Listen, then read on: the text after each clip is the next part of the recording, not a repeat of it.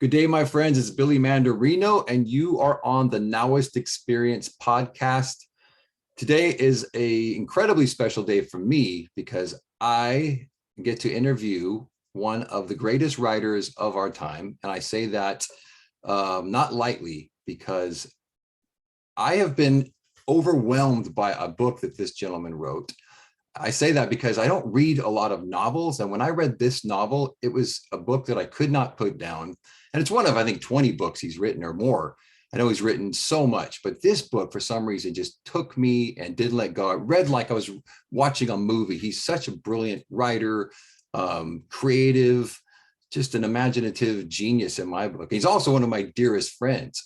We have Michael Bowker on the Now-IST Experience podcast today. I'm just so excited.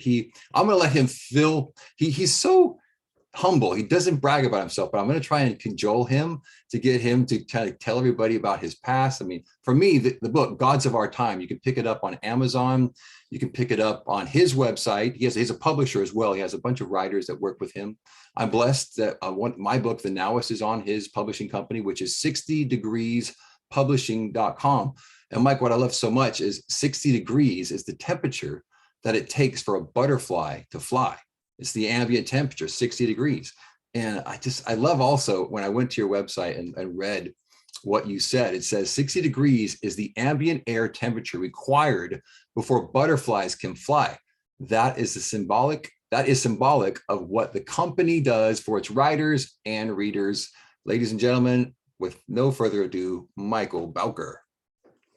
Well, thank you, Billy. Thank you. You know, I used to write speeches for the guy who became mayor of LA a couple of terms. And I wrote for him when he was giving a wonderful introduction, like you just gave to me, that he would say, that was an introduction my father would have appreciated, my mother would have believed. I love it. So I have to bring that one out. I appreciate that very much. It's been a lot of fun. It's been a lot of fun knowing you over the years and watching you develop your programs and your book. And I'm very proud to have that on my website. Like you said, 60degreespublishing.com. I was actually up in the Santa Barbara Natural History Museum, and they, as you know, they have a great butterfly exhibit there. Mm.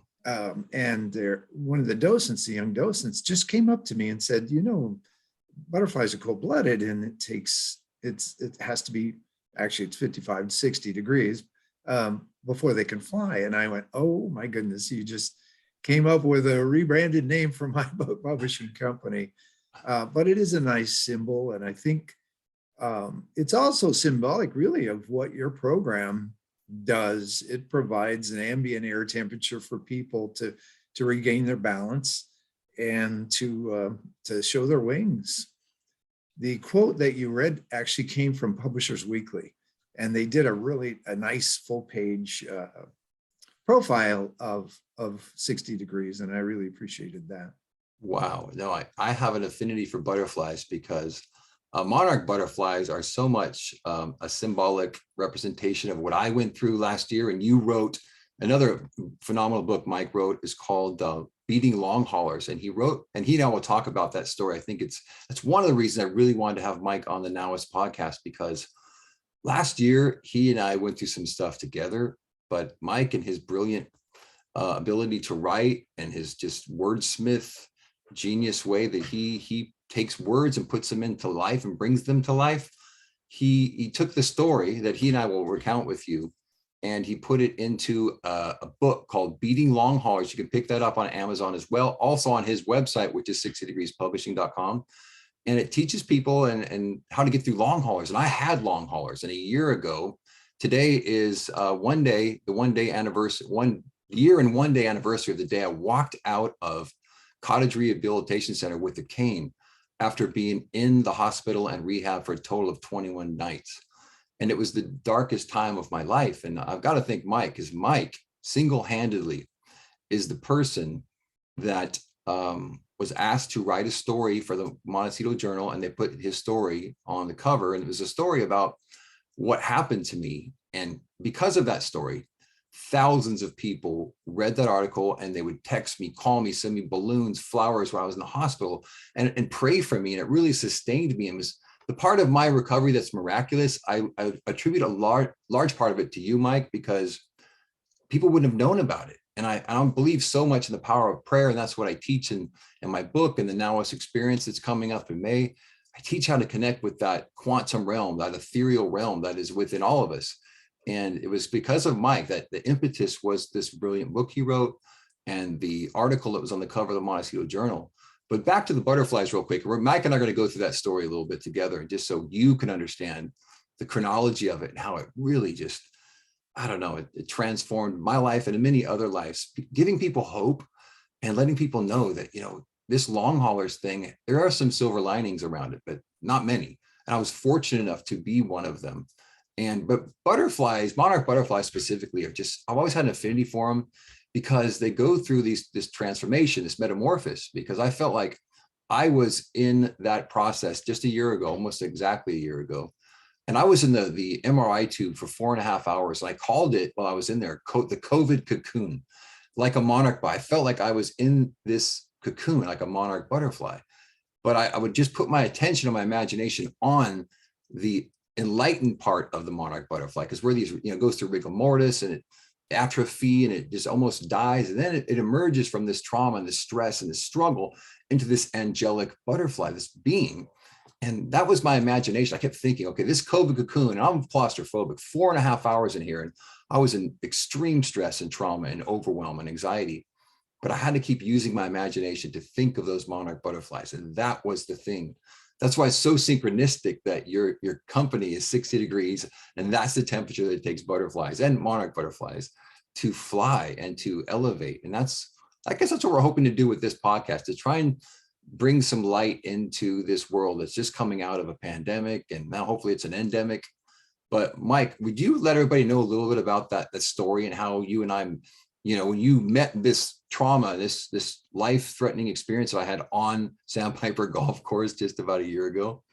Yeah, absolutely. It's a stunning story, especially how it gone through it. And most of the stories I write about, I've been a journalist for a long time. I wrote medical pieces for the LA Times and written a number of books. And to be actually part of a story is different, because usually I cover them after somebody else has been part of them. But at the time, this was early last year, about this time last year, I think, maybe even a little bit before. I was actually, Billy, as you know, most of my work has been nonfiction, multiple books and lots of newspaper positions and magazine editorships and things like that. And I was now turning to fiction. And I'd written my first book of fiction, Gods of Our Time. And that was incredibly joyous to write that book. So in the beginning of January of last year, I was starting another one. And I was riding high. I mean, I love writing fiction. And then you and I were going to go play golf. And I knew you had COVID. And in fact, we had measured out several weeks where we didn't play because you had to get better. And as far as I knew, and as far as you had always told me, you had gone through it and you had gotten better. I knew nothing about long haulers or post-COVID. I'd never heard of it before. All I knew is when I saw you at the golf course, I knew something was terribly wrong. You looked like you had just come out of the grave, and that you probably still belonged in the grave, actually. I'm going, holy cow, that is not my robust friend that I've known for so long. And I was very concerned all day long. And we tried to get you to go to the doctor, et cetera, but you were pretty stubborn about staying with us, and you wanted to be out there on the golf course, but there was clearly something wrong. And then when you were taken to the hospital, we were talking, and you said something kind of off the cuff that my doctor said it might be long haulers. Well, I've been doing this long enough. My instincts, my journalistic, red light just went, wow, there's something here. They're talking like they know what this is. How can they know and I don't know? Because I keep up on those kinds of issues. And so I started making phone calls like crazy. What is this? What is this long hauler thing? Well, long haulers and a lot of people still don't know what it is. It's named after long hauler truckers who are out there for a long time. Well, people who get secondary or post-COVID symptoms and issues and problems, which can often be far, far worse than the initial COVID. About 30% of people who get COVID get the so-called long haulers. Many of them I'm still in contact with, have had it now for 2 years, and they are still not showing signs of improvement. Some people have, some haven't. It's a very serious thing that involves millions and millions of patients in the US alone, hundreds of millions worldwide. And this is what you had. So you were taken right into the ICU, and it was very scary. I mean, you were very, very sick, and it had come on so quickly. So I turned to the article. I wanted to do the article for the Montecito Journal, and they were kind enough to allow it. And not only that, but put it on the front page, as you mentioned, but it allowed me to call a lot of top doctors. I gained access because I'm a journalist. I wanted access because members of my family, I now realize, may have had something like this. You had it. And I wanted to know as much as I could, and I was in a position to get information that maybe other people couldn't. So ultimately, I gained enough information to do the article. And then I thought, this is much bigger than a single article. Let's launch into a book. And I was able to interview people from Johns Hopkins, Mayo Clinic, Cedars-Sinai, and Mount Sinai, people at University of London, and all over Europe and in Australia. So I was able to gain worldwide knowledge about this, which even made me more nervous about your situation. But that's how the way that you looked and the way that you were on the golf course, and then what happened to you afterwards led to the article, led to the book. And still, there is no answer to this yet. Thank goodness you were able to successfully overcome what happened to you. And as I update the book, that's going to be one of the more inspiring stories that will go into it. Oh, thank you, brother. I can't really, there's an amazing occurrence of events that had to take place for all this to just perfectly line up the way it does. And the doctors, Dr. Fitzgibbon, that reviewed my case, and then of course, my neurologists and all the team of doctors that were working on me. And, I had lots of checkups, and they still, to this day, they can't figure out how it healed so fast, because it's like your fingernail. Their myelin has to grow like a fingernail to cover your nerves once it's been, eaten up by my immune system. And mine regenerated very rapidly. And just the fact that I have no hangover conditions like numbness or, the brain fog, the kind of the chronic fatigue that can sometimes come from this Guillain-Barré syndrome, is just a miracle. And I put that miracle kind of squarely back on you because of the article, because how powerful of a writer you are, and how you had your medical journalistic connections. So you got to, interview all these people. And I'm happy that I can be a kind of a light around, a shiny silver lining around the cloud that is COVID and is long haulers. There's just so much that's gone into it. And I feel like, yesterday was the mask mandate. We were able to take our masks off, and we want to have a mask burning celebration. I feel like everybody wants to burn those suckers. I mean, I know they help a lot of people. I don't want to disparage, the people that are ill, but man, I just think we have to go on to the next thing, the next level. We have to get out of our focus on the past and then worrying about this future that's going to be, it's going to happen again. Are we going to always deal with these pandemics? And just those kind of thoughts. That's what I'm committed to, is teaching people how to live in the present moment skillfully as a way of life, not as a religion, but as a practice and a way to stay out of stress, because the world just dished us out massive amounts of stress and anxiety and overwhelm, and just a lot of disinformation too. There's a lot of truth out there, but I think it pulled a lot of people into fear, because I think the bigger malady of this last 2 years has been the virus of fear, not so much the physical virus. I think it's killed more people and traumatized more people. I know people my daughter's age, in that 12 to 16 range, teen suicide has just gone up dramatically, and it's people having to deal with it. So I'm just committed to being a kind of a cure, if you will, for that, teaching people how to get out of their thoughts, get out of the stress that we've all been conditioned in this world of the 10,000 things, as the great Lao Tzu teaches about, you know, all these things in the world. We get so caught up in the things. I want to help people get out of the time-bound world and live in the present moment, which is out of time. And I'm just so thankful for everything that's come down.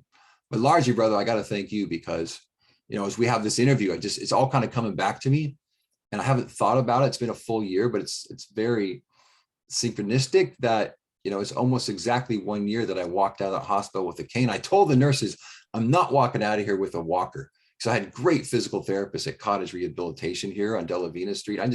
I give those PTs, I had speech therapy, occupational therapy, physical therapy, recreational therapy. There was swallow therapy. I had so many different therapists that were working on me that I just have to give them so much love. If they're listening to this, I thank you from the bottom of my heart, because I didn't want my wife and daughter to have me with a walker. I just wanted to advance. And I just had so much love around me. And I thank everybody that was involved in that. If you're listening to that, just know that I thank you so much.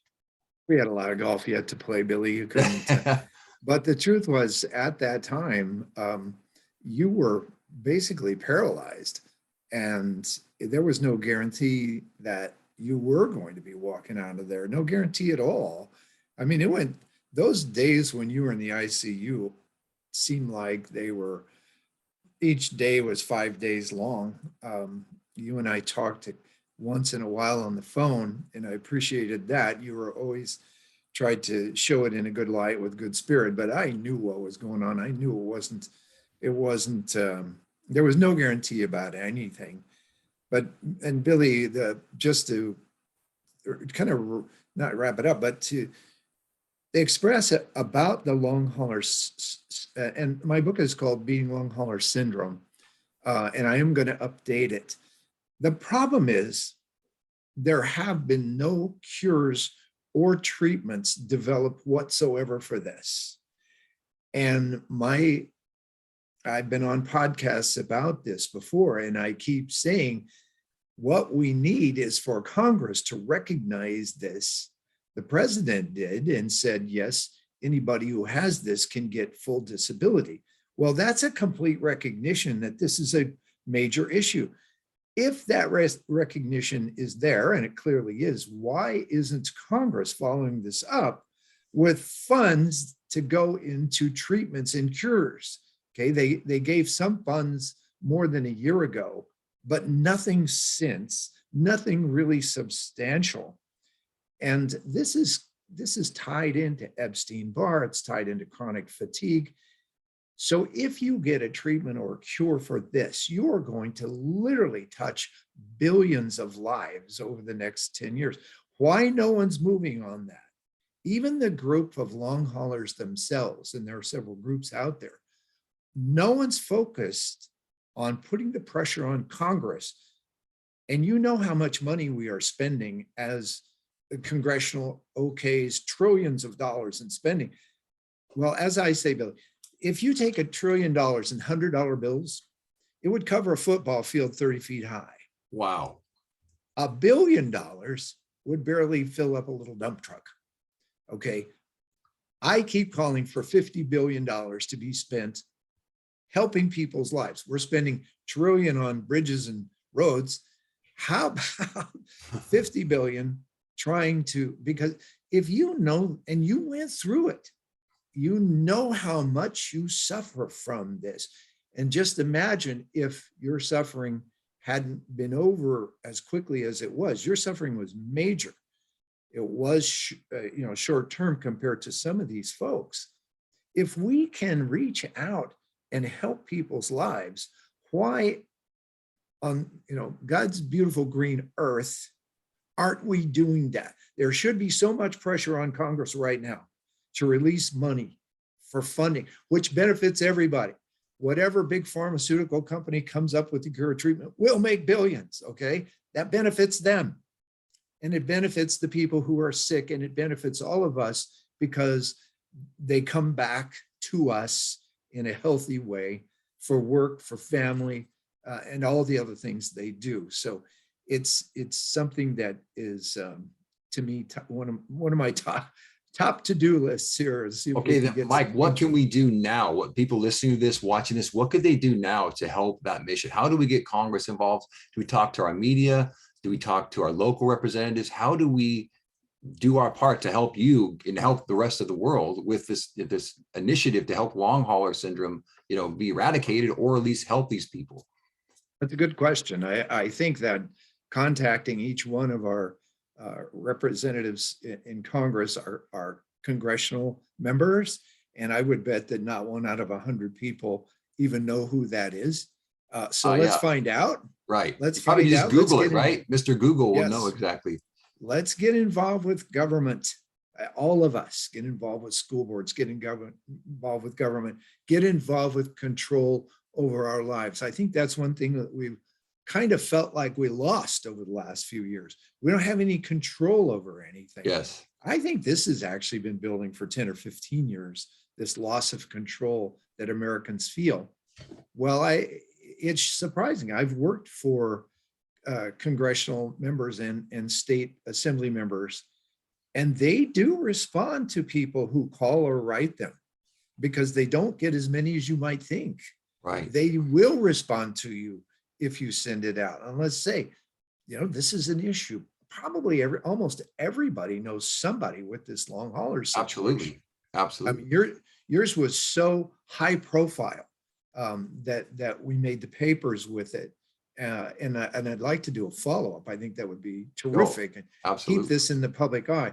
But we do need to begin to put pressure on Congress, and I believe in the carrot rather than the stick.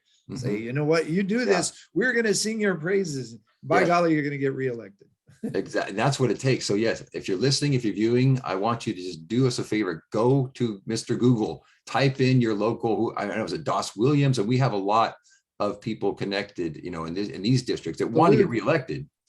Salud Carbajal is our Congress member here, and I know Salud. He's a terrific guy, and he will respond. He will listen, and of course, our senators are who they are, and we'll get in touch with them as well. But the congressional member, someone like Salud, he probably isn't hearing about this very often. That's the thing we need to get. But I also am talking with the groups of long haulers. Some of them are over 100,000 people. I'm saying you guys need to hire a lobbyist, basically. Yeah. Get them back into and have them be talking all the time to congressional members, saying you have a lot to benefit here. We will sing your praises if you get this done, and you will be able to save literally hundreds of thousands, if not millions of people, great suffering. How could that not be a top priority for anyone? And here's the thing, Mike, it's crazy because you think of the collateral damage when you have let's say your mom has got suffering from long hauler syndrome, and then she can't be there for her kids. She can't be there for her husband. So there's this collateral damage. So we're actually helping, there's more, the collateral damage is even bigger. Let's go hundreds of millions of people, right? And in the United States alone, if 30% of people that have COVID have long hauler syndrome, then you think of the collateral damage, how that emotionally, spiritually affects it, financially affects their family. So it's paramount that we go after Salud Carbajal in a nice way, like the carrot, like you said, and we send him letters, emails, just look him up, find out his email address. It's not hard to find because they want to get reelected. So they obviously are campaigning, get involved, and we can do this as a community. There's 100,000 people in Santa Barbara proper. And if we can just get 1% of Santa Barbara to just reach out, we can make a difference. And I love what Margaret Mead says. She says, never doubt that a few group of people, few like-minded people can change the world. Indeed, it's the only thing that ever has. Margaret Mead. So I love that quote. And I think about that. It comes up to me just now as we're talking about this, because we can make a change in this world from our little Santa Barbara. Absolutely. Absolutely. And if we got some energy behind this. And certainly I could do stories about it and even get more energy. So that would be terrific. That would be terrific. And all of this, it kind of fits into a pattern of what we're trying to do is we're trying to put these last 2 years behind us.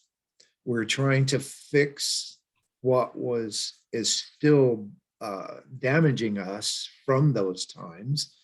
But I think we can elevate and get to a place of rather just a place of survival, Billy, to a place of moving forward, to a place of, I don't know, I always think of an organic forest suddenly blossoming, suddenly becoming green again.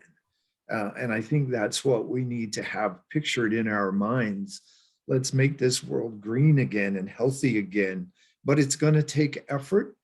But why not? I mean, it's a joyous effort if we do it right. And we do it together. And that's what I'm all about. And thank you, Mike, for just talking earlier about the Nowist Experience Live, which is coming up this May and 13th at the Hilton Santa Barbara.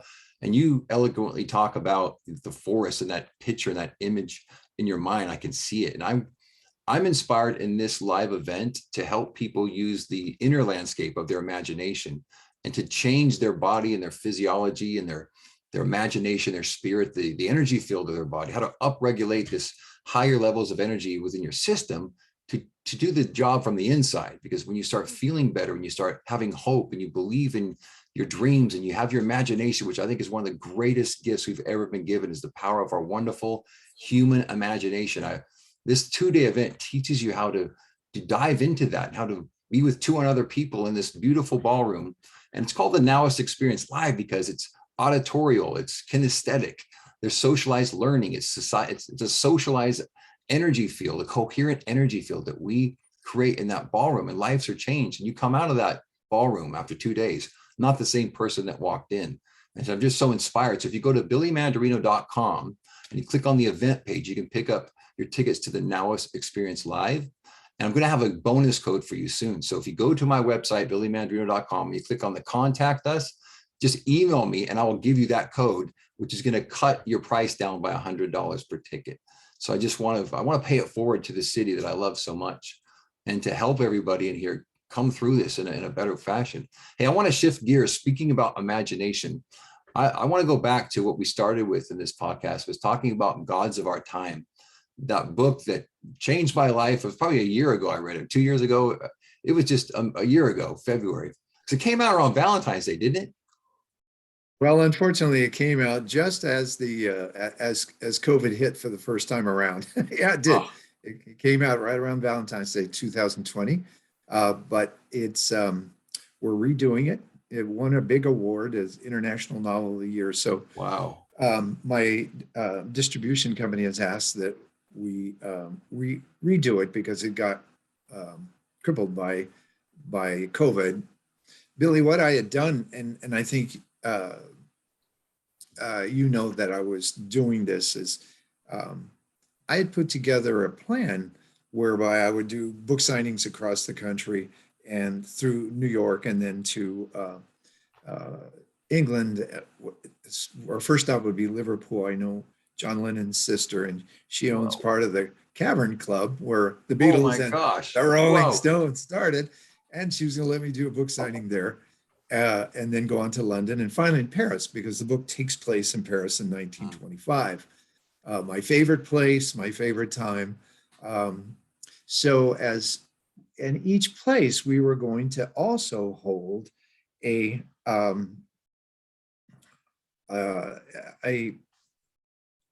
thing for a nonprofit event where we would bring in local artists and we would raise money for heart therapy, because a lot of people can't afford it after they've had a heart attack, and the heart therapy is so important both psychologically and physically.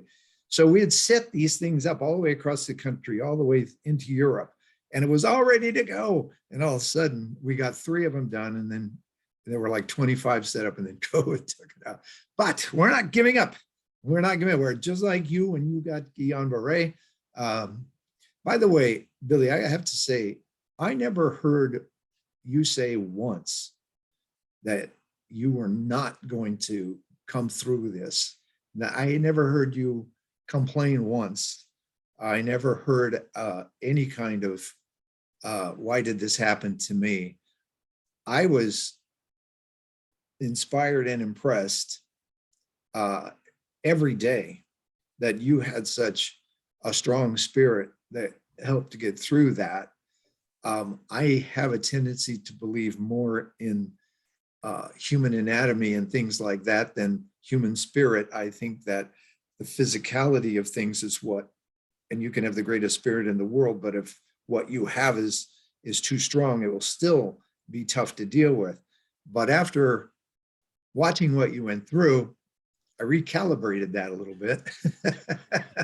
And it's been a lot of fun, going out playing golf and seeing how aggressively you go after hitting the ball. And it's just gone. Whatever happened to you, you took learning from it, moved on better than ever.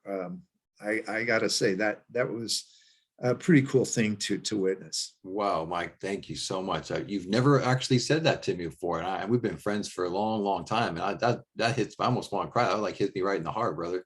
Thank you so much. And I'll tell you one thing that I decided the second day after coming out of the COVID cocoon, after the MRI machine, the torture chamber for 4.5 hours, and then getting spinal tapped. Well. Oh, I can't stand MRIs. So I think I've kind of exercised the demon of my claustrophobic self, but and the higher self, which is those butterfly-like, higher parts of my being. And after that spinal tap, and the next morning, that was all in one night, late night, early morning. I remember next day it was around 10, 11 o'clock, I think. I don't know. I was pretty delirious, but I know the sun was up. And these two doctors stood in front of me.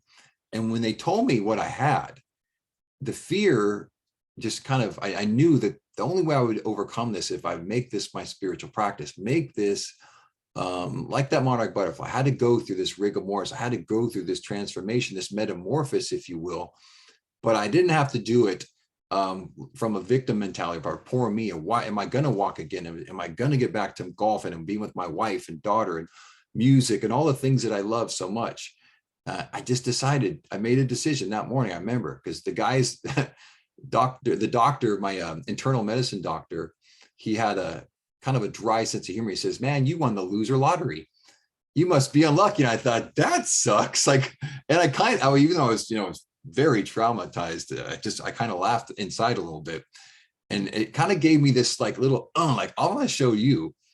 And I just decided the only way to get through this was to make it my spiritual practice. And by saying that, I made the decision to help other people that were helping me.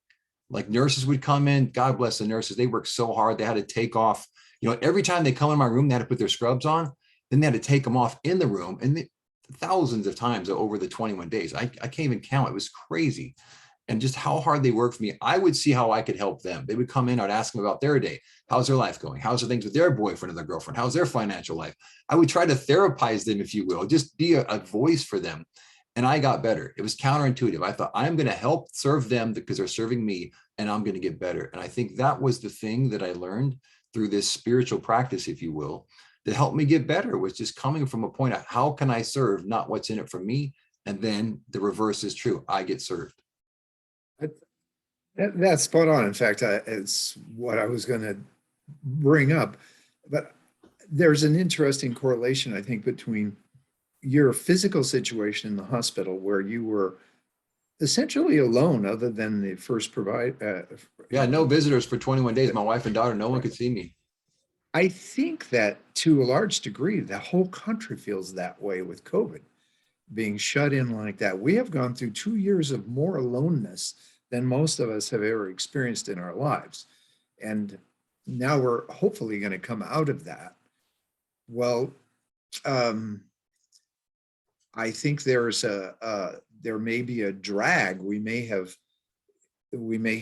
developed some things. There may be some fears. There may be some almost exhaustion that you yourself felt in the hospital. So what you have to say about how you dealt with those things in the hospital has direct correlation to how we're doing coming out of a similar, it's kind of like a national ICU that we're all put in there. Well put, absolutely, well put. But when you look for purpose in life, I think that obviously you need finances to keep problems from the door.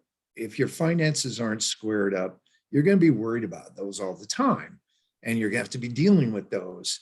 So getting squared away and getting what you are teaching in your seminars, I think has direct correlation, even though you don't really talk straight about finances, putting your self into the now and getting your enthusiasm and belief in the future and belief in the present and belief in yourself going to help you financially. But beyond finances is the whole concept of providing something for someone else. And that is just a critical element to helping and to adding to the purpose. I know a lot of people talk about, well, reach for your dreams, go for your dreams. And there's that all the time. You hear that all the time. But I believe that 80% of people don't know what their dream is. Yeah. They don't have a dream defined. And this just puts more pressure on them to say, go for your dreams. They're going, how come I'm the only one that doesn't know what my dream is? Everybody else knows, obviously, or they wouldn't be saying this all the time. Right. So I would say that the beginning of a dream, first of all, you got to know what fulfills you. And in my life, it's been writing and particularly fiction, but writing. But that's only part of it. The other part, I believe, of a dream, of reaching your dream, is to fulfilling yourself, is to find a way to help others. And so if you're looking for a dream, that may be the first step. How can I help others? People who get retired sometimes lose their purpose. They're no longer working. Men particularly are told, you are what you do and how much you make. That's it, man. You're a provider. And once you stop becoming a provider, who the devil are you? I know a lot of my father's generation, they died in their mid-60s because once 62 hit, they had no more purpose. Well, no one taught them, no one shared with them that purpose can be in helping others. You find a way to help others. There are many nonprofits around, especially in Santa Barbara. Oh, yeah. And if you have a few spare moments, figure out how you can give to other people. And that will get you started. It's the beginning of building a dream, what your dream might be. It starts, was like you getting the IVIG. Yeah. That was being, put into your body and brought life back into your body. That's exactly what doing something for others does. It's so right. It fills you full of a life-affirming material. And whatever it is, I can't come up with the word. No, you're so right. Because if anybody wants proof that what Mike just described so eloquently works, looking for your dream, looking for your purpose, trying to find that spark in life to get you going in the right direction. I guess it was just kind of an intuitive thing that I did and just was serving those people. And look what happened. I have a miraculous recovery. Thanks to, I don't take all the credit. I mean, yes, that part of it was huge, but the doctors did phenomenal things, the nurses, the therapists. But what I did was help them, and then I got better. And that's so counterintuitive because we always are thinking like you were saying, you have to compete in this world, how much you have. The ego sometimes wants to say, I am what I have, I am what I do, I am my reputation, I am what people think of me. But the counterintuitive nature needs to kick in where you think, I'm going to serve people and I'm going to figure it out on the way. And then what happens is the way is shown to you because you're acting like, and I love Hafiz, the great Persian poet. He says, just look at the sun. The sun never says to the earth, you owe me. Just look what a love like that does. It lights up the whole sky. And if you're shining your light on other people, you get the benefit of that. You get to pay it forward. And that's largely what I'm about. So, but I want to talk quickly. I want to shift gears into, once again, one of my favorite books of all time, Gods of Our Time by Michael Bowker. I have to plug it again, because if you haven't got this book, there's something, you're missing out on some magical experience. Like, imagine going to the movies in your mind, because reading this book, it feels like you're just taking on this adventure. And the book taught me largely about perfectionism, because I think perfectionism is a curse in our world today. Everybody wants to be perfect. They want to compare themselves on Instagram and TikTok and Facebook to the other families, to the Joneses. And how's that working out for you? I just know it's creating more stress and more divisiveness in our world. And this book eloquently, beautifully, in 1925, right, in Paris, after the war, it takes these two beautiful characters, Jake and Sophie, right? That's their names, right? Jake and Sophie. And such a gorgeous story. The imagery is incredible, but it just, the way you've written it, Mike, just takes you on this journey. But at the end of it, I feel like I had this kind of revelation, like I need to take it easy on myself. I need to celebrate myself. There's no perfectionism. It's a trap. And can you talk a little bit about that and how that came from, and how, I know there's a lot of autobiographical components to it, but tell our viewers and our listeners a little bit about that genius book. Well, thank you, Billy. I love talking. As we've talked about before, the two main characters, when you're writing fiction, you're looking for, all dramas, conflicts. So you're looking for what are the conflicts? I thought, well, maybe if I gave each character a little bit of the issues that I've dealt with in my life. And Jake thinks he has to be perfect, and it almost kills him. And the things that he struggles in, at one point, Sophie tells him that love and art are not about being perfect. And that is really the sentence that turns him around. But I think he was at a place where he was ready to hear that sentence too. You have to not only hear it, you have to be in the right place. So that was, and in the end, I'm not going to give away the ending, but I often say that both Jake and Sophie managed to deal with these issues that were kind of my own. And I sat on this book, Billy, I think you know this, for a year before I was talked into releasing it for publication, because I thought it wasn't perfect. There's a great ironic statement of the day. So Jake figures this out, how to deal with this thing. And I think most of us feel like we're less than at times. It's the same way of saying that we need to be perfect. We all feel less than, and that's, great insecurity. So with Jake figuring it out, I have been looking for Jake and Sophie's phone number so I can call them and find out how they did it. Well, they did it. They truly did it. It was just a joyous book for me to do. I wanted to prove to myself that I could write fiction, something I wanted to do since I was really, really young. And I did get it finished. Took a while because I was working, doing nonfiction stuff to pay the bills. But I got the book finished, and it was every day. I'm a night owl. There's lots of things to do in Santa Barbara. There was, and I would stay up till midnight or 2 o'clock almost every morning. Well, when I started writing the book, I was in bed by 8:30. Because I was so excited to get up in the morning to get writing. And the setting, Paris, in which I've been there many times, and I love Paris, and 1920s is also one of my very favorite times. So it was perfect. I was able to sit here and be in Paris in 1925 every day and write about the characters that were there, like Hemingway and Picasso and F. Scott Fitzgerald and Gertrude Stein. They all play a part in the book. They all play little roles in the book, and it was great fun to talk about that and to do that and to express some of the issues that we all deal with. I tried to make it a more universal thing, so it wasn't just set. You could have said it anywhere at any time, and these things that they're dealing with would still be apropos. I hope to like I say, I'll re-release that. We did get a movie option for it, but COVID kind of put that down too. So we'll move forward with that as well. Oh, it's got to be a movie. Mike, who do you see playing the Sophie and Jake? If you could pick any Hollywood actor, actress, who would you pick? Well, that's a lot of fun.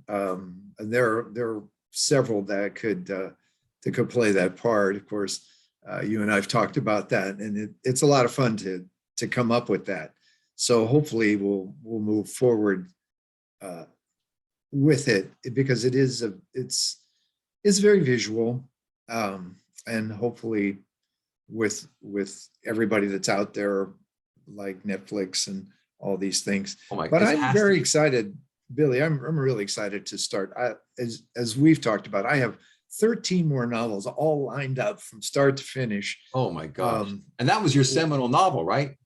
That was the first. Yes. It blows me away, as long as you've been a professional writer, a brilliant writer, that this is your, that's why it's something, I don't know, the beginners, right? I don't know, not the beginners, but the first one. There's something about the first one that has this new energy, and the book has all the power that it needs to become a major motion picture. I see myself, I see Katy Perry and Orlando Bloom as Jake and Sophie. As I'm reading that book, I see these kind of personalities, and they just fit it perfectly. So it'd be amazing. And they both live here in Santa Barbara. How cool would that be? I would, yeah, that would be a lot of fun. It would, if they would, choose to do that. I think it would be good parts.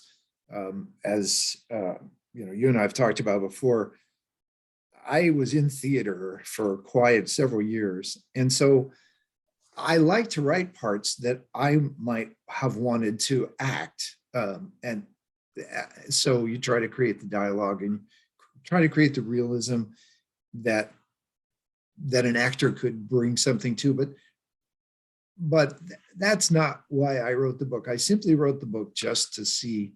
When I was about 7, Billy, I wrote a book about some Americans in covered wagons coming across in like 1825 or something like that. And they had to cross the Snake River. Well, I had never seen the Snake River. I didn't know anything about it, except I'd heard of it. I figured there were snakes in it. That's why they called it that.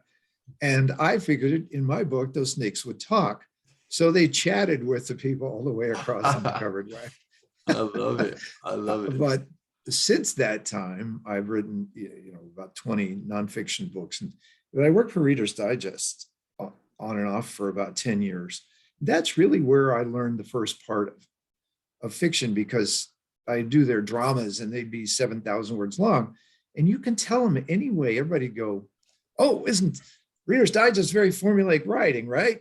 And I'd say, no. When I wrote for the New York Times, the LA Times, the Chronicle, and all the other places where I've worked, those things are all the inverted pyramid. You'd say the most important thing first, and then you go down. It's very formulaic. You just try to use some verbs or some quotes and stuff. But the Reader's Digest was not. It was, you have this dramatic story. And the difference, Billy, is in nonfiction, you're trying to impart information to somebody. And you're trying to do it in an entertaining as way and interesting a way as you can. But in fiction, you're trying to make them feel something. Mm-hmm. So one is intellectual, one is emotional. And the digest was this interesting blend, and it was mostly emotional. And I have to give those editors that I dealt with there so much credit for helping me learn. And I know the digest to some degree has this reputation as being simple, being formulaic. Well, these stories were anything but. In fact, some of my 2 guys I knew in the LA Times or New York Times said, we tried working for them. We couldn't do it. It's too hard. It was by far the hard, and I've worked for 150 different outlets. The digest was the hardest work. Wow. Those long articles. How can you tell it? The one story about a woman 20 years old going into and collapsing, and the doctor says she's lost her kidneys, and in this case she needs a kidney from one of her parents. and her parents are there, and they look at the doctor and say, she's adopted, and we don't know who the birth mother is. So they had 3 weeks to find the birth mother. Well, how do you tell that story? Well, I started it with a woman in Florida, and this whole thing took place in Boston, in Florida, lighting a candle, and she had 2 kids of her own playing in the back, and she was crying. She was talking. She goes, it's your birthday. I don't know who you are. I don't know where you are, but I think of you all the time. Well, that's clearly the birth mother. Oh, right? See, that's genius. Dude, so now you've got to, okay, how do I tie? So now the reader is on board. They know where the birth mother is. They know where the other parents are up in Boston. And they're trying, how do you get these 2 people together? The end scene is where the birth mother and her daughter, she had to adopt out her daughter because she had it when she was like 15 years old. And so the first time she ever saw her daughter, they were on gurneys next to each other, and the operation had been successful. So when I went back to Boston to do the story, that young woman was just giving birth to her own daughter, which was, of course, the granddaughter, and they all got together. So those stories, how do you tell that story? So that's kind of how I learned to try to figure out all these pieces. How do you tell the story in the most honest, but also emotional way? And that's why I'm so excited, brother, that Mike and I have been working on a screenplay around the idea of the Nowist. It's nothing like the spiritual teaching the Nowist, but it's just like Mike described. It's just, we're probably halfway through working on the scenes, but I'm so excited because this brilliant buddy of mine, this master of words and creating just imagery, and he's just a master of the written and spoken word. I'm just so excited because we're working on this. It's a screenplay ultimately to bring the story of the Nowists, not my story, but a story like Mike described, like how to bring it like he did with Gods of Our Time. I mean, it read so, it just it entangles you into it as if you're in it. Like you're on the street corners of Paris, walking, seeing Jake, Sophie, seeing Margaret, right? Was Margaret the fiery hottie in there? He just is so brilliant. So I'm so excited because he and I are working on this together, and I can't wait to continue working on it, brother, and get this out, because I know it's the stories that you have to tell, the way that you tell them. There's no one in the world. You are a fingerprint. You are an original. I'm just blessed to call you a friend. How can people reach out to you to buy their books, to have you?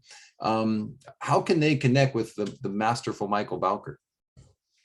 I appreciate that, Billy, but my email is michael@60degreespublishing.com, and 60 degrees is spelled out. So it's michael@60degreespublishing.com. We also have we also help people write their books. And some people have an idea. Some people have already written maybe a draft. So it's something that we do, and it's a lot of fun because really writing can be one of the great pinnacles. Writing a book can be a pinnacle of your life, and it is so much fun to help people achieve that. I enjoy it a lot, and I think we've been very successful in helping folks get where they want to go with their books, whether they're fiction or nonfiction. Can they go to 60degreespublishing.com to find out more about that? Yes. You can leave me a note there. You can leave me a note at michael@60degreespublishing.com. And then the books are for sale there. If you buy one there, I'll certainly sign it for you, and we'll get it off to you. So it's a lot. It's speaking of purpose and of all the things that you're trying to do, this has been great fun for me. Oh, brother, I can't thank you enough for spending this hour with me and with everybody watching and listening. It's just it's a gift of the present moment, and this has been one of my favorite podcasts I've ever been on, man. Just to talk to you about the journey that we've been on together and we continue to be on, and I can't wait to see you back on the golf course. You and me, like next week, we're gonna play, right? That's right. Okay. Well, hey, wherever you are today, we're wishing you all the best. Can we give it up for the masterful Michael Bowker? please go to 60degreespublishing.com, pick up his books, but most importantly, pick up Gods of Our Time. That book will give you a lift. It'll give you, it's like seeing an Academy Award nominated picture, but you'll read the whole thing and you'll feel like you're in the story. So thank you so much, brother. Michael Bowker, we will talk to you again. I hope to interview again, and I'll see you on the golf course, my man. Thanks, Billy. Okay, thanks, Mike.